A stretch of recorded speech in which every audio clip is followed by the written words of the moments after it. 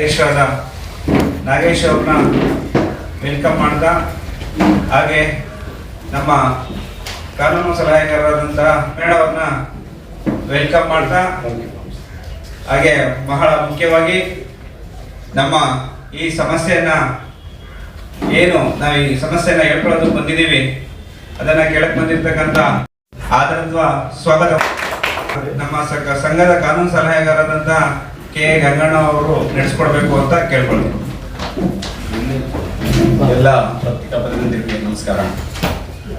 ನನ್ನ ಹೆಸರು ಗಂಗಣ್ಣ ಅಂತ ಹೇಳಿ, ನಾನು Karnataka industrial and other establishment employees ಫೆಡರೇಷನ್ನ ಪ್ರಧಾನ ಕಾರ್ಯದರ್ಶಿ, ಮತ್ತೆ ಟೈಕೋ ಎಲೆಕ್ಟ್ರಾನಿಕ್ಸ್ ಎಂಪ್ಲಾಯೀಸ್ ಯೂನಿಯನ್ ಏನು ಇವತ್ತು ನಾವು ಪತ್ರಿಕಾಗೋಷ್ಠಿ ಮಾಡ್ತಾ ಇದ್ದೀವಿ, ಈ ಯೂನಿಯನ್ನ ಲೀಗಲ್ ಅಡ್ವೈಸರ್ ಕೂಡ ಅವರು. ಈ ಯೂನಿಯನ್ನು ನಮ್ಮ ಫೆಡರೇಷನ್ಗೆ ಅಫಿಲಿಯೇಟ್ ಆಗಿದೆ.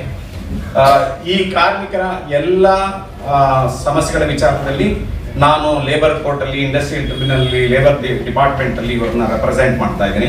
ಹಾಗಾಗಿ ಇವತ್ತೇನು ಈ ಕಾರ್ಮಿಕರು ಈ ಸಮಸ್ಯೆಯನ್ನು ಅನುಭವಿಸ್ತಾ ಇದ್ದಾರೆ ಅದ್ರ ಬಗ್ಗೆ ನನಗೆ ತಿಳಿದಿದೆ. ಅದಕ್ಕೆ ನಿಮ್ಮೊಂದಿಗೆ ಕೆಲವು ವಿಚಾರಗಳನ್ನ ಹಂಚ್ಕೊಳ್ಬೇಕು ಅಂತ ಹೇಳಿ ಈ ಪತ್ರಿಕಾಗೋಷ್ಠಿಯನ್ನು ಕರೆದಿದ್ದೀವಿ. ಇದೊಂದು ಬಹುರಾಷ್ಟ್ರೀಯ ಕಂಪನಿ, ಸ್ವಿಟ್ಜರ್ಲ್ಯಾಂಡ್ ಬಹುರಾಷ್ಟ್ರೀಯ ಕಂಪನಿ. 1993ರಲ್ಲಿ ಹೂಡಿಪಡಿ ಸಣ್ಣ ಪ್ರಮಾಣದಲ್ಲಿ ಪ್ರಾರಂಭ ಆಗ್ತದೆ. ತದನಂತರ ಇದು ಬೃಹದಾಕಾರವಾಗಿ ಬೆಳೆದು 2012 ವರ್ಷಕ್ಕೆ ಸುಮಾರು 607 ಜನ ಪರ್ಮನೆಂಟ್ ವರ್ಕರ್ಸು, 2000 ಜನ ಗುತ್ತಿಗೆ ಕಾರ್ಮಿಕರು, ಸುಮಾರು 1,100 ರಿಂದ 1,500 ಜನ ಸ್ಟಾಫ್ ಎಂಪ್ಲಾಯೀಸು ಕೆಲಸ ಮಾಡ್ತಾ ಇರ್ತಾರೆ. ಮತ್ತೆ ಬಹಳ ರ್ಯಾಪಿಡ್, ಬಹಳ ಕಡಿಮೆ ಅವಧಿಯಲ್ಲಿ ಬಹಳ ವೇಗವಾಗಿ ಬೆಳೆದಂತ ಈ ಕಂಪನಿ 2013ರಿಂದ ಈಚೆಗೆ ಕಾರ್ಮಿಕರನ್ನ ದಿನ ಕಡಿಮೆ ಮಾಡ್ಲಿಕ್ಕೆ ಪ್ರಾರಂಭ ಮಾಡ್ತಾರೆ. ಮೊದಲಿಗೆ 3 ಸಲ ಮ್ಯಾನೇಜ್ಮೆಂಟ್ VRS ಅನ್ನ ಅನೌನ್ಸ್ ಮಾಡ್ತಾರೆ, ವಾಲಂಟರಿ ರಿಟೈರ್ಮೆಂಟ್ ಸ್ಕೀಮ್ ಅಂತೇಳಿ. ವರ್ಕರ್ಸ್ ಯಾರು ಆ ವಾಲಂಟರಿ ರಿಟೈರ್ಮೆಂಟ್ ಸ್ಕೀಮ್ಗಳಿಗೆ ಆಪ್ಟ್ ಮಾಡದೇ ಇದ್ದಾಗ ಅವ್ರನ್ನ ಪ್ರೆಷರ್ ಮಾಡ್ಲಿಕ್ಕೋಸ್ಕರ ಡೆಲ್ಲಿ, ಅಹಮದಾಬಾದ್, ಕಲ್ಕತ್ತಾ, ಮುಂಬೈ ಈ ತರ ದೂರದ ಪ್ರದೇಶಗಳಿಗೆ ಟ್ರಾನ್ಸ್ಫರ್ ಮಾಡ್ತಾರೆ. ಅದಾದ್ಮೇಲೆ ಟ್ರಾನ್ಸ್ಫರ್ ಆದ್ಮೇಲೆ ವರ್ಕರ್ಸ್ ಬೇರೆ ದಾರಿ ಇಲ್ದೇನೆ ಮ್ಯಾನೇಜ್ಮೆಂಟ್ ಏನು ವಾಲಂಟರಿ ರಿಟೈರ್ಮೆಂಟ್ ಸ್ಕೀಮ್ ಅಂತೇಳಿ ಅನೌನ್ಸ್ ಮಾಡಿದ್ರು, ಆ ಅನೌನ್ಸ್ಗೆ ಆಪ್ಟ್ ಮಾಡ್ತಾರೆ. ಹಾಗಾಗಿ ಅದು 3 ಬ್ಯಾಚ್ ಅಲ್ಲಿ ಇದೇ ಒಂದು ಕ್ರಮನ ಮ್ಯಾನೇಜ್ಮೆಂಟ್ ಅನುಸರಿಸ್ತಾರೆ. ಒಟ್ಟಾರೆ ಈ ಕ್ರಮಗಳಿಂದಾಗಿ 600 ಚಿಲ್ಲರೆ ಜನ ಇದ್ದಂತ ಕಾರ್ಮಿಕರ ಸಂಖ್ಯೆ 2017 ಬರೋ ವರ್ಷಕ್ಕೆ ಕೇವಲ 262ಕ್ಕೆ ಇಳಿಯುತ್ತೆ. ಅದಾದ್ಮೇಲೆ ಮತ್ತೆ ಕಾಂಟ್ರಾಕ್ಟ್ ಕಾರ್ಮಿಕರ ಸಂಖ್ಯೆ ವಿಪರೀತ ಜಾಸ್ತಿ ಮಾಡ್ತಾರೆ. ಒಂದು 2,500 ಜನ ಕಾಂಟ್ರಾಕ್ಟ್ ಲೇಬರ್ಸ್ ಈ ಕಂಪನಿಯಲ್ಲಿ ಕೆಲಸ ಮಾಡ್ತಾ ಇರ್ತಾರೆ. ಈವನ್ COVID-19 ಪ್ಯಾಂಡಮಿಕ್ ಟೈಮಲ್ಲೂ ಕೂಡ ಬಹಳ ಚೆನ್ನಾಗಿ ವರ್ಕರ್ಸ್, ನಮ್ಮೆಲ್ಲ ವರ್ಕರ್ಸ್ ಕಂಪನಿಗೆ ಸಪೋರ್ಟ್ ಮಾಡ್ತಾ ಇರ್ತಾರೆ. ಬಹಳ ಚೆನ್ನಾಗಿ ಬಿಸ್ನೆಸ್ ಕೂಡ ಆಗುತ್ತೆ COVID-19 ಪ್ಯಾಂಡಮಿಕ್ ವರ್ಷದಲ್ಲೂ ಕೂಡ. ಅದಾದ್ಮೇಲೆ 21, 22, 23, 24ರಲ್ಲೂ ಕೂಡ ವಂಡರ್ಫುಲ್ ಆಗಿ ಇದಾಗುತ್ತೆ.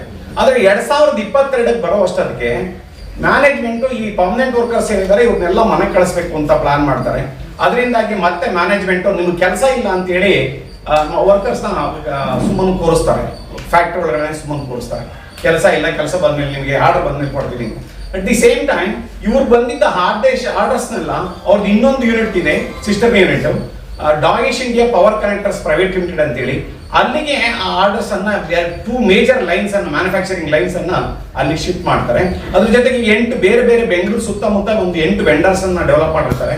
ಆ 8 ವೆಂಡರ್ಸ್ ಗಳ ಮೂಲಕ complete production as it is ಮಾಡಿಸ್ತಾ ಇರ್ತಾರೆ. ಆಮೇಲೆ ಜುಲೈ 2022ರಲ್ಲಿ ಅದು ಮೊದಲು ಏಪ್ರಿಲ್ 20ನೇ ತಾರೀಕಿಂದ ಇಲ್ಲ ನಿಮ್ಗೆ ಕೆಲಸ ಇಲ್ಲ, ನಿಮ್ ಕೆಲಸ ಬರೋವರೆಗೂ ನಾವು ನಿಮ್ಮನ್ನು ಮನೇಲಿ ಕೂರಿಸಿ ಸಂಬಳ ಕೊಡ್ತೀವಿ ಅಂತ ಹೇಳಿ ಮನೇಲಿ ಕೂರಕ್ಕೆ ಹೇಳ್ತಾರೆ. ನಾವು ಮನೆಯಲ್ಲಿ ಕೂತ್ಕೊಳ್ತೀವಿ. ಆದ್ರೆ ಮ್ಯಾನೇಜ್ಮೆಂಟ್ಗೆ ಯೂನಿಯನ್ ಇಂದ ಆದಾಗೆ ಲೆಟರ್ ಬರೀತಾ ನಾವು ಕೆಲಸ ಮಾಡ್ಲಿಕ್ಕೆ ರೆಡಿ ಇದ್ದೀವಿ, ಕೆಲಸ ಕೊಡಿ ಅಂತ ಹೇಳಿ. ಮತ್ತೆ ಅವ್ರಿಗೆಲ್ಲ ಈ ಗಮನಕ್ಕೆ ತರ್ತೀವಿ, ನೀವು ಡಾಯಿಶ್ ಶಿಫ್ಟ್ ಮಾಡಿದ್ದೀರಾ, ಪ್ರೊಡಕ್ಷನ್ ಬೇರೆ ವೆಂಡರ್ಸ್ಗೆ ಶಿಫ್ಟ್ ಮಾಡಿದ್ದೀರಾ, ನಾವೇ ಕೆಲಸ ಮಾಡ್ಲಿಕ್ಕೆ ರೆಡಿ ಇದ್ದೀವಿ, ನಮಗೆ ಕೊಡಿ ಅಂತ ಹೇಳಿದ್ರು ಕೂಡ ಮ್ಯಾನೇಜ್ಮೆಂಟ್ ಕೊಡೋದಿಲ್ಲ. ಆಮೇಲೆ ಜುಲೈ 2022ರಲ್ಲಿ industrial dispute act section 25M ಪ್ರಕಾರ ಇದು ಪರ್ಮಿಷನ್ ಕೇಳಿ ಲೇ ಆಫ್ ಮಾಡ್ಲಿಕ್ಕೆ ಪರ್ಮಿಷನ್, 6 ತಿಂಗಳ ಅವಧಿಗೆ ಕಾರ್ಮಿಕರನ್ನ ಲೇ ಆಫ್ಗೆ ಪರ್ಮಿಷನ್ ಕೇಳಿ ಲೇಬರ್ ಕಮಿಷನರ್ ಮುಂದೆ ಮ್ಯಾನೇಜ್ಮೆಂಟ್ ಒಂದು ಅಪ್ಲಿಕೇಶನ್ ಫೈಲ್ ಮಾಡುತ್ತೆ. ಅಲ್ಲಿ ನಾವು ಸುಮಾರು thousands of the pages documents ಅನ್ನ ಲೇಬರ್ ಡಿಪಾರ್ಟ್ಮೆಂಟ್ಗೆ ಪ್ರೊಡ್ಯೂಸ್ ಮಾಡಿ ಅಲ್ಲಿ ಆರ್ಡರ್ಸ್ ಇರೋದನ್ನ, ಡಾಯಿಶ್ ಅಲ್ಲಿ ಮಾಡಿಸ್ತಾ ಇರೋದನ್ನ, ಬೇರೆ ವೆಂಡರ್ಸ್ ಹತ್ರ ಮಾಡಿಸ್ತಾ ಇರೋದನ್ನ ಸಾಬೀತು ಮಾಡ್ತೀವಿ. ಇದ್ರ ಬ್ಯಾಕ್ ಗ್ರೌಂಡ್ ಅಲ್ಲಿ ಲೇ ಆಫ್ ಪರ್ಮಿಷನ್ ಗವರ್ಮೆಂಟ್ ಕೊಡಲ್ಲ, ಲೇಬರ್ ಕಮಿಷನರ್ ರಿಜೆಕ್ಟ್ ಮಾಡ್ತಾರೆ. ಆಮೇಲೆ ಬೇರೆ ದಾರಿ ಇಲ್ಲಿ ಅವರು ಸಂಬಳ ಕೊಡಬೇಕಾಗ್ತದೆ, ಸಂಬಳ ಕೊಡೋದು ಕಂಟಿನ್ಯೂ ಮಾಡ್ತಾರೆ. ಅಟ್ ದಿ ಸೇಮ್ ಟೈಮ್ ಡಾಯಿಶ್ ಅಲ್ಲಿ ಮತ್ತೆ ಬೇರೆ ಬೇರೆ ವೆಂಡರ್ಸ್ ಅಲ್ಲಿ ಪ್ರೊಡಕ್ಷನ್ ಕಂಟಿನ್ಯೂ ಮಾಡ್ತಿರ್ತಾರೆ. ನಮ್ಮ ಯೂನಿಯನ್ ಇಂದ ರಿಪೀಟೆಡ್ಲಿ ಲೆಟರ್ಗಳನ್ನ ಬರಿತಾನೆ ಇರ್ತೀವಿ. ದಯಮಾಡಿ ನಮಗೆ ನೀವು ಕಾಂಟ್ರಾಕ್ಟ್ ಲೇಬರ್ಸ್ 400 ಜನ ಎಕ್ಸ್ಟ್ರಾ ಇದರಲ್ಲಿ ಡಾಯಿಶ್ ಇಂಡಿಯಾ ಪವರ್ ಕನೆಕ್ಟರ್ಸ್ ಅಲ್ಲಿ ಅಡಿಷನಲ್ 400 ಜನ ಗುತ್ತಿಗೆ ಕಾರ್ಮಿಕರನ್ನ ಅಪಾಯಿಂಟ್ ಮಾಡ್ಕೊಳ್ತಾರೆ ನಮ್ಮನ್ನ ಹೊರಗಿಟ್ಟ ಮೇಲೆ. ಅವ್ರ ಬದಲಿಗೆ ಅವ್ರಿಗೂ ಸಂಬಳ ಕೊಡ್ತೀರಾ, ನಮಗೂ ಸಂಬಳ ಕೊಡ್ತೀರಾ, ಅದ್ರ ಬದಲು ನಾವೇ ಬಂದು ಕೆಲಸ ಮಾಡ್ಲಿಕ್ಕೆ ರೆಡಿ ಇದ್ದೀವಿ. ಇವನ್ ನೀವು ಡಾಯಿಶಲ್ಲಿ ಕೆಲಸ ಕೊಟ್ಟರೆ ಅಲ್ಲಿಗೆ ಬಂದು ಕೆಲಸ ಮಾಡ್ಲಿಕ್ಕೆ ರೆಡಿ ಇದ್ದೀವಿ. ಅದೇ ಯಾಕಂದ್ರೆ ಅದು ಹೂಡಿಲೇನೆ ಬಹಳ ದೂರ ಇರಲಿಲ್ಲ, ಒಂದು 2-3 ವೈಟ್ ಫೀಲ್ಡ್ ಹತ್ರ ವೈದ್ಯ ಹಾಸ್ಪಿಟಲ್ ಹತ್ರ ಒಂದು 2-4 ಕಿಲೋಮೀಟರ್ ಅಂತರದಲ್ಲಿ ಇದ್ದದ್ರಿಂದ ನಾವು ಅಲ್ಲಿಗೆ ಬರ್ಲಿಕ್ಕೆ ರೆಡಿ ಇದ್ದೀವಿ ಅಂತ. ಆದ್ರೆ ಮ್ಯಾನೇಜ್ಮೆಂಟ್ ಅದೇನು ಮಾಡೋದಿಲ್ಲ. 2024 ಆಗಸ್ಟ್ ವರೆಗೆ ಸುಮ್ಮನೆ ಕೂತಿದ್ದಂತ ಆಡಳಿತ ಮಂಡಳಿ ಇದ್ಕಿದ್ದಂಗೆ ನಮ್ಗೊಂದು ಮೀಟಿಂಗ್ ಕರೀತಾರೆ. ನೀವು ಬಂದು ನಿಮ್ಮ ಹತ್ರ ಡಿಸ್ಕಸ್ ಮಾಡಬೇಕು ಬನ್ನಿ ಅಂತೇಳಿ. ಆವಾಗ ಅವ್ರ ಹತ್ರ ಮೀಟಿಂಗ್ ಹೋದಾಗ ಅವರೊಂದು ಮಾತು ಹೇಳ್ತಾರೆ, ಈ ಕಂಪನಿ ಇವತ್ತು ನಾವಿದ್ದು ಪ್ರಿಮೈಸಸ್ ಏನದು ಲೀಸಲ್ ಇದ್ ಪ್ರಿಮೈಸಸ್ ಮತ್ತೆ ರೆಂಟಲ್ ಇದ್ ಪ್ರಿಮೈಸಸ್, ಅವ್ರೀಗ ಓನರ್ ಲ್ಯಾಂಡ್ ಆಡೋ ಭೂಮಿಯನ್ನ ಕೇಳ್ತಾ ಇದ್ದಾರೆ. ನಾವು ಅದನ್ನ ಬಿಟ್ಕೊಡ್ಬೇಕಾಗತ್ತೆ ಬಿಲ್ಡಿಂಗ್ ನ. ಆದ್ರಿಂದ ದಯಮಾಡಿ ನಾವೆಲ್ಲ ಬೆಂಗಳೂರು ಸುತ್ತಮುತ್ತ ತುಂಬಾ ಪ್ರಯತ್ನ ಮಾಡಿದ್ವಿ ಒಂದು ಲೊಕೇಶನ್ ಹುಡ್ಕೋದಿಕ್ಕೆ, ಆದ್ರೆ ಸೂಟಬಲ್ ಲೊಕೇಶನ್ ನಮಗೆ ಸಿಗ್ಲಿಲ್ಲ. ಅದು ನಾವು ಧಾರವಾಡದಲ್ಲಿ ಒಂದು ಲೊಕೇಶನ್ ಹುಡುಕಿದ್ವಿ, ಅದು ಕಂಫರ್ಟಬಲ್ ಆಗಿದೆ ನಮ್ಗೆ. ಅದು ಪುಣೆಯಲ್ಲಿ ಇನ್ನೊಂದು ಯೂನಿಟ್ ಇದೆ, ಇವತ್ತು ಪುಣೆ ಯೂನಿಟ್ಗೂ ಇನ್ ಬಿಟ್ವೀನ್ ಬೆಂಗಳೂರು ಪುಣೆಗೆ ಹತ್ರ ಕೂಡ ಆಗ್ತದೆ. ಹಾಗಾಗಿ ನಾವು ಧಾರವಾಡದಲ್ಲಿ ಒಂದು ಪ್ಲಾಂಟ್ ಅನ್ನ ಓಪನ್ ಮಾಡ್ತೀವಿ ಅಂತ ಹೇಳಿ ಧಾರವಾಡಕ್ಕೆ ಬರಬೇಕು ಅಂತೇಳಿ ಪ್ರೆಷರ್ ಮಾಡ್ತಾರೆ. ಅದು ಶೈಕ್ಷಣಿಕ ವರ್ಷದ ಮಧ್ಯಭಾಗ ಅಕ್ಟೋಬರ್ ಆಗಸ್ಟ್ ಮಕ್ಕಳೆಲ್ಲ ಇಲ್ಲೇ ಬಿಟ್ಟು ಮತ್ತೆ ಹೆಂಡತಿಯನ್ನೆಲ್ಲ ಇಲ್ಲೇ ಬಿಟ್ಟು ಜನರು ಒಪ್ಕೊಳ್ತಾರೆ ವರ್ಕರ್ಸ್ ಹೋಗ್ಲಿಕ್ಕೆ ಅಲ್ಲಿಗೆ. ಆದ್ರೆ ಅಲ್ಲಿ ಹೋದಾಗ ಅವ್ರ ಮ್ಯಾನೇಜ್ಮೆಂಟ್ ಯೂನಿಯನ್ ಜೊತೆ ಒಂದು ಅಗ್ರಿಮೆಂಟ್ ಬಂದಿರ್ತಾರೆ, 4 ರಿಂದ 5 ವಾರ ನಿಮಗೆ ಟ್ರೈನಿಂಗ್ ಕೊಡ್ತೀನಿ. ನಾವ್ ಹೇಳ್ತೀವಿ ಟ್ರೈನಿಂಗ್ ಯಾಕೆ, ನಾವೆಲ್ಲ ಎಕ್ಸ್ಪರ್ಟ್ ವರ್ಕರ್ಸ್ ಇದೀವಿ, 15 ವರ್ಷ 20 ವರ್ಷ 25 ವರ್ಷ ಸರ್ವಿಸ್ ಆಗಿರೋ ವರ್ಕರ್ಸ್ ಇದೀವಿ, ನಮ್ಗೆ ಯಾವ ಟ್ರೈನಿಂಗ್ ಬೇಡ ಅಂತ ನಾವು ಮ್ಯಾನೇಜ್ಮೆಂಟ್ ಕೇಳ್ತೀವಿ. ಆದ್ರೆ ಇಲ್ಲ ನೀವು 1-1.5 ವರ್ಷ 2 ವರ್ಷ ಆಗ್ಬಿಟ್ಟಿದೆ ಅಂತಂದ್ರೆ ನೀವು ಪ್ರೊಡಕ್ಷನ್ ಮಾಡಿ, ಹಂಗಾಗಿ ನಿಮ್ಗೆ ಸ್ವಲ್ಪ ಟ್ರೈನಿಂಗ್ ಬೇಕು ಅಂತೇಳಿ. ಆಮೇಲೆ ಟ್ರೈನಿಂಗ್ ಕೊಡ್ತೀನಿ ಅಂತೇಳಿ ಮೇಲೆ ನಮ್ಮನ್ನ ಯಾವ್ದು ಫ್ಯಾಕ್ಟ್ರಿ ಒಂದು ಇಂಡಸ್ಟ್ರಿಯಲ್ ಶೆಡ್, ಖಾಲಿ ಇಂಡಸ್ಟ್ರಿಯಲ್ ಶೆಡ್ ಅದೊಂದು ಬಾಡಿಗೆಗೆ ತಗೊಂಡಿದ್ದು, ಅಲ್ಲಿ ನಮ್ಮನ್ನು ಕರ್ಕೊಂಡೇ ಹೋಗ್ಲಿಲ್ಲ. ಆ ಪ್ಲಾಂಟ್ ಎಲ್ಲಿ ಮಾಡಿದೀವಿ ಅಂತ ಹೇಳ್ತಾರೆ, ಅಲ್ಲಿ ಕರ್ಕೊಂಡೇ ಹೋಗ್ಲಿಲ್ಲ. ಸಿಡಾಕ್ ಅಂತ ಒಂದು ಬಿಲ್ಡಿಂಗ್, ಗೌರ್ಮೆಂಟ್ ಬಿಲ್ಡಿಂಗ್ ಇದರಲ್ಲಿ ಧಾರವಾಡದಲ್ಲಿ, ಆ ಬಿಲ್ಡಿಂಗ್ ನಲ್ಲಿ ಟ್ರೈನಿಂಗ್ ಪ್ರೋಗ್ರಾಮ್ ಅಂತ ಶುರು ಮಾಡಿದ್ರು. 4 ವಾರ ಆಯ್ತು, 5 ವಾರ ಆಯ್ತು, 5 ವಾರದ ನಂತರನು ಕಂಟಿನ್ಯೂ ಮಾಡಿದ್ರು. ಅಲ್ಲೆಲ್ಲ ಬರೀ ಕೆಲವು ಸಿನಿಮಾಗಳು ತೋರಿಸೋದು, ಈ ಸಿನಿಮಾಗಳ ನೀತಿ ಪಾಠ ಏನು ಅಂತ ಹೇಳಿ ಸಣ್ಣ ಮಕ್ಕಳಿಗೆ ಕೇಳೋದು, ಈ ರೀತಿಯ ಮ್ಯಾನೇಜ್ಮೆಂಟ್ ಟ್ರೈನಿಂಗ್ ಅಂತ ಅಲ್ಲಿ ಕೊಡ್ತಾ ಇದ್ರು. ಆಮೇಲೆ ಈ ತರ ಒಂದು ಟ್ರೈನಿಂಗ್ ಹೆಸರಿನಲ್ಲಿ ಈ ತರ ಟೈಮ್ ಪಾಸ್ ಮಾಡ್ತಾದ್ರಿಂದ ಮತ್ತೆ 5 ವಾರದ ನಂತರ ಪ್ರೊಡಕ್ಷನ್ ಶುರು ಮಾಡ್ತೀವಿ ಅಂತ ಹೇಳಿದ್ರಿಂದ 5 ವಾರ ನಂತರನೂ ಪ್ರೊಡಕ್ಷನ್ ಶುರು ಮಾಡದೇ ಇದ್ದರಿಂದ ಮತ್ತೆ ತಿರ್ಗ ನಾವು ಬೇರೆ ದಾರಿ ಇಲ್ದೇನೆ ಮ್ಯಾನೇಜ್ಮೆಂಟ್ ಲೆಟರ್ ಬರೆದ್ವಿ. ಆಮೇಲೆ ಒಂದು ಡಿಸ್ಪ್ಯೂಟ್ ಕೂಡ ರೈಸ್ ಮಾಡಿದ್ವಿ. ನಮ್ಮನ್ನ ದುರುದ್ದೇಶದಿಂದ ಮ್ಯಾನೇಜ್ಮೆಂಟ್ ಟ್ರಾನ್ಸ್ಫರ್ ಮಾಡಿದ್ದು. ನಮ್ಮ ಕೆಲಸ ಬೆಂಗಳೂರಿನಲ್ಲೇ ಇದೆ, ಇವತ್ತು ಬೆಂಗಳೂರಿನಲ್ಲಿ ನಮ್ಮ ಕೆಲಸ ಮಾಡಿಸ್ಕೊಳ್ತಾ ಇದ್ದಾರೆ, ಅದರಿಂದ ಮತ್ತೆ ನಮ್ಗೆ ಟ್ರಾನ್ಸ್ಫರ್ ಮಾಡಿ ವಾಪಸ್ ಬೆಂಗಳೂರಿಗೆ ಅಂತೇಳಿ ಲೆಟರ್ ಬಂದ್ವಿ. ಆಮೇಲೆ ಫೆಬ್ರವರಿ 2025 ಫೆಬ್ರವರಿ 2013ನೇ ತಾರೀಕು ಫೆಬ್ರವರಿ 2025 ಆ ಡೇಟ್ ಇಂದ ಇಲ್ಲ ನಮಗೆ ನಾವು ಬಹಳ ಪ್ರಯತ್ನ ಮಾಡಿದ್ವಿ, ಅಂತೂ ಯಾವ್ದೋ ಆರ್ಡರ್ಗಳು ನಮಗೆ ಸಿಗ್ಲಿಲ್ಲ, ಆದ್ರಿಂದ ನೀವು ಮನೇಲೇ ಇರಿ, ನಮಗೆ ನಿಮ್ಮ ಕೆಲಸ ಬಂದಾಗ ಮತ್ತೆ ನಾವು ಕರಿತೀವಿ ಅಂತ ಹೇಳಿ ಮ್ಯಾನೇಜ್ಮೆಂಟ್ ಅವ್ರು ಹೇಳಿದ್ರು. ಬೇರೆ ದಾರಿ ಇಲ್ಲದೆ ಮತ್ತೆ ಧಾರವಾಡದಿಂದ ಎಲ್ಲ ಬೆಂಗಳೂರಿಗೆ ವಾಪಸ್ ಬರಬೇಕಾಗಿ ಬಂತು. ಸುಮಾರು 200 ಚಿಲ್ಲರೆ ಜನ ವಾಪಸ್ ಬೆಂಗಳೂರಿಗೆ ಬಂದ್ರು. ಅದಾದ್ಮೇಲೆ ಮತ್ತೆ ಆಲ್ ಆಫ್ ಎ ಸಡನ್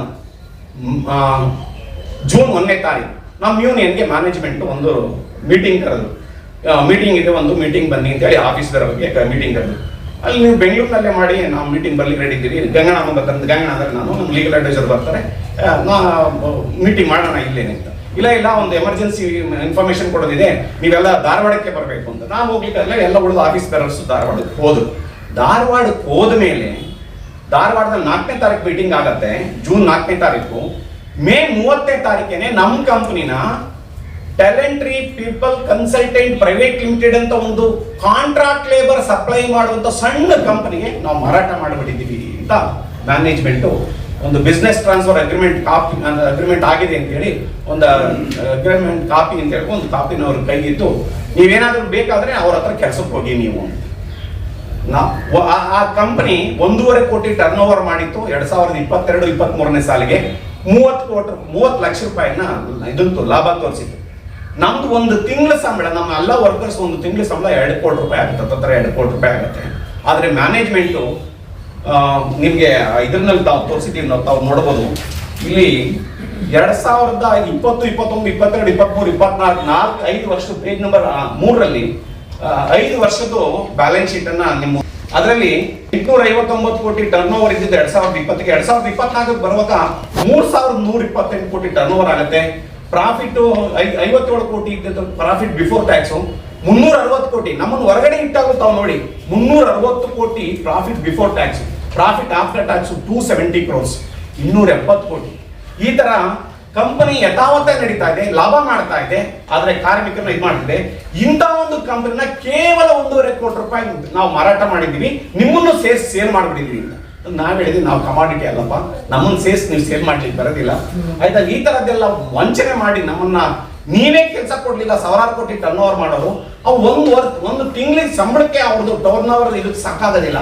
ಹಂಗಿರುವಾಗ ನಾವು ಆ ಕಂಪನಿಗೆ ಹೋಗಿ ಏನ್ ಮಾಡೋದು? ನೀವೇ ನಿಜ ಅಲ್ಲಿ ಒಂದು ಪ್ರೊಡಕ್ಷನ್ ಮಾಡಲಿಲ್ಲ, ಒಂದೇ ಒಂದು ಕಾಂಪೋನೆಂಟ್ ಅನ್ನು ಉತ್ಪಾದನೆ ಮಾಡಲಿಲ್ಲ. ನಮಗೆ ಅಲ್ಲಿ ಹೋಗಿ ನಾನು ಆಗ್ಲೇ ಎಕ್ಸ್ಪ್ಲೈನ್ ಮಾಡ್ದಂಗೆ ಒಂದಷ್ಟು ದಿವಸ ಅಲ್ಲಿ ಟ್ರೈನಿಂಗ್ ಅಂತ ಹೆಸರಿನಲ್ಲಿ ಕೂಡಿಸಿದ್ರು, ಆಮೇಲೆ ಮತ್ತೆ ಬೆಂಗಳೂರು ಕಳಿಸಿದ್ರು. ಈ ಬ್ಯಾಕ್ ಗ್ರೌಂಡ್ ಅಲ್ಲಿ ಆ ಕಂಪನಿ ಅಲ್ಲಿ ಇಲ್ಲೇ ಅಸ್ತಿತ್ವದಲ್ಲೇ ಇಲ್ಲ. ಅಲ್ಲಿ ಏನ್ ಪ್ಲಾಂಟ್ ಅಂತ ನಾವು ಮಾಡಿದ್ವಿ ಅಂತ ಹೇಳ್ಕೊಳ್ತಾರೆ ಈ T Connective to India Private Limited ಅವರು, ಅಲ್ಲಿ ಅಸ್ತಿತ್ವದಲ್ಲಿ ಇಲ್ಲ ಧಾರವಾಡದಲ್ಲಿ. ಅಂತ ಅಸ್ತಿತ್ವದಲ್ಲಿ ಇರೋ ಕಂಪನಿನ ನಾವು ಮಾರಾಟ ಮಾಡಿಬಿಟ್ಟಿದೀವಿ ಅಂತ. ಇದೊಂದು ವಂಚನೆಯ ಮಾರಾಟ.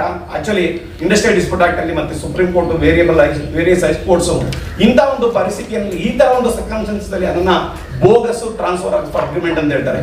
ಆ ತರ ಇದೊಂದು ಬೋಗಸ್ ಟ್ರಾನ್ಸ್ಫರ್ ಆಫ್ ಅಗ್ರಿಮೆಂಟ್ ಆ ತರ ಮಾಡಿದಾಗ ಮೂಲ ಮಾಲೀಕರಿಗೆ ಅಬ್ಲಿಗೇಷನ್ಸ್ ಇರ್ತದೆ, ಎಂಪ್ಲಾಯ್ಮೆಂಟ್ ಕೊಡುವಂಥದ್ದು. ನಾವು ಜೂನ್ 1ನೇ ತಾರೀಕಿಂದ ಇವತ್ತಿನವರೆಗೆ ಸುಮಾರು 200 ಚಿಲ್ಲರೆ ಜನ ವರ್ಕರ್ಸ್ ಬೀದಿಯಲ್ಲಿದ್ದೀವಿ. ಮ್ಯಾನೇಜ್ಮೆಂಟ್ಗೆ ಪದೇ ಲೆಟರ್ ಬರೆದಿದ್ವಿ, ಲೇಬರ್ ಡಿಪಾರ್ಟ್ಮೆಂಟ್ಗೆ ಡಿಸ್ಪ್ಯೂಟ್ ರೈಸ್ ಮಾಡಿದ್ವಿ. ಇಟ್ ದಿ ಸೇಮ್ ಟೈಮ್ ಇನ್ನೊಂದು ನಾವು ಆ ಕಂಪನಿ ಎದುರುಗಡೆ ಎಲ್ಲ ಕಾರ್ಮಿಕರ ಒಂದು ಟೆಂಟ್ ಹಾಕಿ ಒಂದು ಧರಣ ಮಾಡೋಣ ಅಂತ ಒಂದು ಪ್ರಯತ್ನ ಮಾಡಿದ್ವಿ. ಆದ್ರೆ ಅಲ್ಲಿನ ಮಾದಿಪುರ ಪೊಲೀಸ್ ಸ್ಟೇಷನ್ ನಮ್ಗೊಂದು ಇದನ್ನ ಕೊಟ್ಟರು. ಆಚೆ ಮ್ಯಾನೇಜ್ಮೆಂಟ್ ಲೆಟರ್ ಬರ್ತಿದ್ವಿ, ನಾವು ಇಂಥ ಡೇಟ್ ಇಂದ ಒಂದು ಟೆಂಟ್ ಹಾಕ್ತೀವಿ, ನೀವು ನಮಗೆ ಕೆಲಸ ಕೊಡಲಿಲ್ಲ ಅಂತ ಹೇಳಿದ್ರೆ. ಆದ್ರೆ ಅದ್ರ ದುರದೃಷ್ಟ ಏನಂತ ಹೇಳಿದ್ರೆ ಪೊಲೀಸ್ನವರು ನಮ್ಗೊಂದು ಇದನ್ನ ಕೊಡ್ತಾರೆ, ಡೈರೆಕ್ಷನ್ ಕೊಡ್ತಾರೆ. ನೀವು ಅಲ್ಲಿ ಅದು ಗೂಡಿ ಹತ್ರ ಆ ಫ್ಯಾಕ್ಟ್ರಿ ಇರೋದು ಇವಾಗ್ಲೂ ನೀವು ಇಲ್ಲಿ ಟಿ ಕನೆಕ್ಟಿವ್ ಹತ್ರ ಬಂದು ನೀವೇನು ಮಾಡ್ಲಿಕ್ಕೆ ನಿಮಗೆ ಅವಕಾಶ ಕೊಡೋಕೆ ಸಾಧ್ಯ ಇಲ್ಲ. ನೀವೇನಾದ್ರೂ ಇಲ್ಲಿ ಹೋರಾಟ ಮಾಡೋದಿದ್ರೆ ಬೆಂಗಳೂರು ಸಿಟಿ ಫ್ರೀಡಂ ಪಾರ್ಕ್ ಹೋಗಿ ಅಲ್ಲಿ ಜಾಗ ಕೊಟ್ಟಿದ್ದಾರೆ. ಅಲ್ಲಿ ಹೈಕೋರ್ಟ್ ಆದೇಶ ಇದೆ, ತಮ್ಗೆಲ್ರಿಗೂ ಗೊತ್ತಿದೆ ಹೈಕೋರ್ಟ್ ಆದೇಶ ಯಾವ ಹಿನ್ನೆಲೆಯಲ್ಲಿ ಬಂತು ಅಂತ. ಹೈಕೋರ್ಟ್ ಆದೇಶ ಅಲ್ಲಿ ಒಮ್ಮೆ ರೈಲ್ವೆ ಸ್ಟೇಷನ್ ಇಂದ ಫ್ರೀಡಂ ಪಾರ್ಕ್ ಅವ್ರಿಗೆ ಒಂದು ಮೆರವಣಿಗೆ ತೆಗೆದಿದ್ದಾರ ಒಂದು ಸಂಘಟನೆಯವರು, ಅಲ್ಲಿ ತುಂಬಾ ಟ್ರಾಫಿಕ್ ತೊಂದರೆ ಆಗ್ತದೆ ಅಂತೇಳಿ ಸುಮೋಟೋ ಹೈಕೋರ್ಟ್ ಒಂದು ಒಂದು return public interest litigation register ಮಾಡಿಕೊಂಡು ಅದನ್ನ ಆದೇಶ ಮಾಡಿದ್ರು. ನಾವು ಬೆಂಗಳೂರು ಸಿಟಿನಲ್ಲಿ ಅಥವಾ ಅಲ್ಲೂ ಕೂಡ ಯಾವ ರಸ್ತೆಗೆ ಅಡ್ಲಾಗಿ ಅಥವಾ ರಸ್ತೆಗೆ ಇಳಿದು ಏನು ಮಾಡ್ತಾ ಇರಲಿಲ್ಲ. ಅಲ್ಲಿ ಬೇಜಾನ್ ಜಾಗ ಇದೆ ಫ್ಯಾಕ್ಟ್ರಿ ಮುಂದೆ ಸೈಡ್ಗೆ, ಅಲ್ಲೊಂದು ಟೆಂಟ್ ಹಾಕೊಂಡು ಮಾಡ್ತೀವಿ ಅಂತ ಹೇಳಿದ್ರು. ಆದ್ರೆ ನಾಳೆ ಅದಕ್ಕೆ ಒಪ್ಪಲಿಲ್ಲ ಪೊಲೀಸವರು. ನಾವು ರಿಕ್ವೆಸ್ಟ್ ಮಾಡಿ ಮತ್ತೆ ಒಂದು ಲೆಟರ್ ಬರ್ದ್ವಿ, ನೀವು ಈ ತರ ಮಾಡೋದು ಫಂಡಮೆಂಟಲ್ ರೈಟ್ ನ ಉಲ್ಲಂಘನೆ, ಇದು ಮೂಲಭೂತ ಹಕ್ಕಿನ ಉಲ್ಲಂಘನೆ, ದಯಮಾಡಿ ಇದನ್ನು ವಾಪಸ್ ತಗೊಳ್ಳಿ ಅಂತ ಹೇಳಿ ನಾವು ಒಂದು ಲೆಟರ್ ಬರ್ದ್ವಿ. ಆದ್ರೆ ಆ ಲೆಟರ್ ಮತ್ತೊಂದು ಎಂಡಾರ್ಸ್ಮೆಂಟ್ ಕೊಟ್ಟರು, ಇಲ್ಲ ನಾವು ಮಾಡೋ ಆದೇಶ ಸರಿ ಇದೆ, ನೀವೇನಾದ್ರೂ ಹೋರಾಟ ಮಾಡಿದ್ರೆ ಬೆಂಗಳೂರು ಸಿಟಿಗೆ ಹೋಗಿ ಅಂತ ಹೇಳಿ. ಅದಾದ್ಮೇಲೆ ನಾವು ಅಸಿಸ್ಟೆಂಟ್ ಕಮಿಷನರ್ ಪೊಲೀಸ್ ಅವ್ರ ಮುಂದೆ ಹೋದ್ವಿ. ಅವ್ರ ಮುಂದೆ ಹೋಗಿ ಅವ್ರಿಗೊಂದು ಅಪ್ಲಿಕೇಶನ್ ಈ ತರ ನಿಮ್ಮ ಸರ್ಕಲ್ ಇನ್ಸ್ಪೆಕ್ಟರ್ ಅಂತ ಒಂದು ಆದೇಶ ಮಾಡಿದ್ದಾರೆ, ಮತ್ತೆ DSP ಅವರಿಗೆ ಮತ್ತೆ commissioner of police Bengaluru city ಅವರಿಗೆ ಕೂಡ ಅದನ್ನ ಕಾಪಿ ಮಾಡಿದ್ವಿ. ಆದ್ರೆ ಅಸಿಸ್ಟೆಂಟ್ ಕಮಿಷನರ್ ಆಫ್ ಪೊಲೀಸ್ನೂ ಕೂಡ ಸೇಮ್, ಇಲ್ಲ ಏನೋ ಸ್ಟೇಷನ್ ಏನು ಆದೇಶ ಮಾಡಿದ್ಯೋ ಅದು ಕರೆಕ್ಟ್ ಆಗಿದೆ, ನೀವು ಏನಾದ್ರು ಹೋರಾಟ ಮಾಡಂಗಿದ್ರೆ ಅಲ್ಲೋಗಿ. ಸರ್ ನಾವು ಮಾಲೀಕರ ಹತ್ರ, ಇಂಡಿವಿಜುವಲ್ ಮಾಲೀಕರ ಹತ್ರ, ಪ್ರೈವೇಟ್ ಕಂಪನಿ ಮಾಲೀಕರ ಹತ್ರ ಇದು ಮಾಡೋದು, ಅವ್ರಿಗೆ ಏನಾದ್ರು ಇನ್ಕನ್ವೀನಿಯನ್ಸ್ ಆಗ್ತದೆ ಅಂದ್ರೆ ಸಿವಿಲ್ ಕೋರ್ಟ್ಗೆ ಹೋಗಿ ನಮ್ಮ ವಿರುದ್ಧ ಇಂಜೆಕ್ಷನ್ ತಗೊಂಡು ಬರ್ಲಿಕ್ಕೆ ಅವರಿಗೆ ಎಲ್ಲ ಪ್ರಾವಿಷನ್ ಇದ್ದೇ ಇದೆ. ಆದ್ರೆ ಪೊಲೀಸ್ನವರು ಈ ವಿಚಾರದಲ್ಲಿ ಮಧ್ಯಪ್ರವೇಶ ಮಾಡಿ ಒಂದ್ ಕಡೆ ನಾವು ಮಾಲೀಕರ ವಿರುದ್ಧ ಬೀದಿಗಿಳಿದು ಹೋರಾಟನೂ ಮಾಡ್ಲಿಕ್ಕೆ ಆಗ್ದಂಗೆ, ಇನ್ನೊಂದ್ ಕಡೆ ಮ್ಯಾನೇಜ್ಮೆಂಟ್ ನಮ್ಮ ಕೆಲಸನೂ ಕೊಡೋದಂಗೆ ಬೀದಿಗೆ ಆಗ್ತದೆ. ಈ ಪರಿಸ್ಥಿತಿನಲ್ಲಿ ತಮ್ಮ ಮುಂದೆ ಬಂದು ವಾಸ್ತವಾಂಶನೇ ಹೇಳಿ ಒಂದ್ ಸ್ವಲ್ಪ ಅಟ್ಲೀಸ್ಟ್ ಪಬ್ಲಿಕ್ ಅವೇರ್ನೆಸ್ ಆಗಿ ಒಂದ್ ಸ್ವಲ್ಪ ಪ್ರೆಷರ್ ಬಂದ್ರೆ ಮ್ಯಾನೇಜ್ಮೆಂಟ್ ವರ್ಕರ್ಸ್ಗೆ ನ್ಯಾಯ ಕೊಡಬೇಕು, ಮಾಡಿ ಕೊಡಬಹುದು ಅಂತ ಹೇಳಿ ನಾವಿವತ್ತು ಈ ಪತ್ರಿಕಾಗೋಷ್ಠಿಯನ್ನು ಕರೆದದ್ದು. ನಮ್ಮ ಸಂಘದ ಅಧ್ಯಕ್ಷರಿವರು ನಾಗೇಶ್ ಅಂತ ಡಿಮಾಂಡ್ಸ್ ಏನು ಕೇಳ್ತಿದ್ದಾರೆ, ಡಿಮಾಂಡ್ಸ್ ನಮ್ಮ ಕೆಲಸ ಎಲ್ಲಾದ್ರು ಹೇಳಿದ್ದಾರೆ, ನಿಮ್ದು ಶಾರ್ಟ್ ಆಗಿ ಡಿಮಾಂಡ್ಸ್ ಹೇಳಿದ್ದಾರೆ. ಆಮೇಲೆ ಕ್ವಶನ್ ಕೇಳ್ತಾರೆ, ನಮ್ಮ ಡಿಮಾಂಡ್ಸ್ ಏನು ಅಂತ ಹೇಳಿದ್ರೆ, ಸೊ ಈಗ ಏನು 200 ಜನ ಇದ್ದಾರೆ, ಅವರೆಲ್ಲರಿಗೂ ಕೂಡ ಏನು ನಮ್ಮದು ಬೆಂಗಳೂರಲ್ಲಿ ಇನ್ನೊಂದು ಪ್ಲಾಂಟಲ್ಲಿ ಕೆಲಸ ನಡೀತಿದೆ, ಅಲ್ಲೇ ಕೆಲಸ ಕೊಡಬೇಕು ಅನ್ನೋದು ನಮ್ಮ ಡಿಮಾಂಡು. ಯಾಕೆ ಅಂತ ಹೇಳಿದ್ರೆ ನಾವು ಏನು ಮಾಡ್ತಿದ್ವಿ ಅದೆಲ್ಲ ಪ್ರಾಡಕ್ಟ್ಗಳನ್ನು ಕೂಡ ಅಲ್ಲೇ ಡೈವರ್ಟ್ ಮಾಡಿಕೊಂಡು ಕೆಲಸ ಮಾಡಿಸ್ಕೊಂಡು, ಸೊ ಅವ್ರದ್ದು ಏನು ನಾವೇನು ಇದ್ರಲ್ಲಿ ಕಾಪಿಯಲ್ಲಿ ಹಾಕಿದ್ದೀವಿ, ಸೊ ಎಲ್ಲನೂ ಕೂಡ MCAದಲ್ಲಿ ಆಡಳಿತ ವರ್ಗದವರೇ ಬ್ಯಾಲೆನ್ಸ್ ಶೀಟ್ ಹಾಕಿರೋದ್ರಿಂದ ತೆಗೆದಿರೋಂಥ ಎಕ್ಸ್ಟ್ರಾ ನಂಬರ್ಸ್ ಅಷ್ಟೇ ಇದು, ಯಾವುದು ನಾವು ಮಾಡಿರೋದಲ್ಲ. ಸೊ ಇಷ್ಟೆಲ್ಲನೂ ಕೂಡ ಆಲ್ಮೋಸ್ಟ್ 2020ರಿಂದ 2024ವರೆಗೂ, ಸೊ 2020ರಲ್ಲಿ 44 ಕೋಟಿ ಪ್ರಾಫಿಟ್ ಇದ್ದಂಥದ್ದು ಆಫ್ಟರ್ ಟ್ಯಾಕ್ಸಲ್ಲಿ 270 ಕೋಟಿ ಮಾಡುತ್ತೆ ಅಂತ ಹೇಳಿದ್ರೆ, ಸೊ ಯಾವುದೇ ಒಬ್ಬ ಕಾರ್ಮಿಕರು ನಮ್ಮ ಪ್ಲ್ಯಾಂಟಲ್ಲಿ ಅದನ್ನು ಕೆಲಸನೇ ಮಾಡಿದೆ ಹೊರಗಡೆ ಅಲ್ಲಿ ಮಾಡಿಸ್ಕೊಂಡು ಲಾಭ ಮಾಡುತ್ತೆ ಅಂತ ಹೇಳಿದ್ರೆ, ಸೊ ಇವಾಗಲೂ ಕೂಡ ಆರ್ಡರ್ ಇದೆ. ಸೊ ನಮ್ಮ ಸರ್ ಹೇಳ್ದಂಗೆ ಲೇ ಆಫಲ್ಲೂ ಕೂಡ ಇಲ್ಲಿ ಏನು ನಮಗೆ ಇಂಪೋರ್ಟ್ ಆಗ್ತಿದೆ, ಎಕ್ಸ್ಪೋರ್ಟ್ ಆಗ್ತಿದೆ, ಅದೆಲ್ಲ ಡೀಟೇಲ್ಸನ್ನು ಕೂಡ ಈಗಲೂ ಮಾಡ್ತಿದ್ದಾರೆ. ಸೊ ಅದದ್ದು ಇಷ್ಟು ಡಾಕ್ಯುಮೆಂಟ್ಸ್ ನಾವು ಲೇಬರ್ ಕಮಿಷನರ್ ಹತ್ರ ಪ್ರೊಡ್ಯೂಸ್ ಮಾಡಿದ್ದೀವಿ. ಎಲ್ಲ ನೆಕ್ಸ್ಟ್ ಕೋರ್ಟ್ ಲೇಬರ್ ಕೋರ್ಟ್ಗೆ ನಾವು ಇಂಡಸ್ಟ್ರಿಯಲ್ ಟ್ರಿಬ್ಯುನಲ್ ರೆಫರ್ ಆಗ್ತದೆ. ಅಷ್ಟರಲ್ಲಿ ಇಷ್ಟು ಇದೆಲ್ಲ ಇಲ್ಲೊಂದು ಸಣ್ಣದು ಇದಷ್ಟೇ. ಸುಮಾರು ಇನ್ನೂ ಒಂದು ಇಷ್ಟು ಡಾಕ್ಯುಮೆಂಟ್ಸ್ ನಮ್ಮ ಹತ್ರ ಇದೆ. ಇದೇ ಕಂಪನಿ ಇವತ್ತಿಗೂ ಆರ್ಡರ್ಗಳು ಬರ್ತಾ ಇದ್ದಾವೆ. ಸಾವಿರಾರು ಕೋಟಿ ರೂಪಾಯಿ ಆರ್ಡರ್ ಈಗಲೂ ಕೂಡ ಬರ್ತಾ ಇದೆ. ಆಕ್ಚುಲಿ ಇದರಲ್ಲಿ ಇರೋದು ಬರೀ 10 days ಮಾತ್ರ. 10 days ಅವ್ರು ಇಂಪೋರ್ಟ್ ಮತ್ತು ಎಕ್ಸ್ಪೋರ್ಟ್ ಮಾಡಿಸ್ಕೊಂಡ್ರೆ ಡೀಟೇಲ್ಸ್ ಮಾತ್ರ ಇಷ್ಟು ಬುಕ್ಕಲ್ಲಿದೆ. ಸೊ ಇನ್ನೂ ಎಲ್ಲನೂ ಪ್ರಿಂಟ್ ತೆಗಿಬೇಕು ಅಂದರೆ ಅದು ತುಂಬಾ ದೊಡ್ಡ ಬುಕ್ ಆಗುತ್ತೆ. ಸೊ ಹಾಗಾಗಿ ಬರೀ 10 ದಿನದ ಮಾತ್ರ ಸ್ಯಾಂಪಲ್ಗೋಸ್ಕರ ತೆಗೆದಿದ್ದೀವಿ ಅದನ್ನು.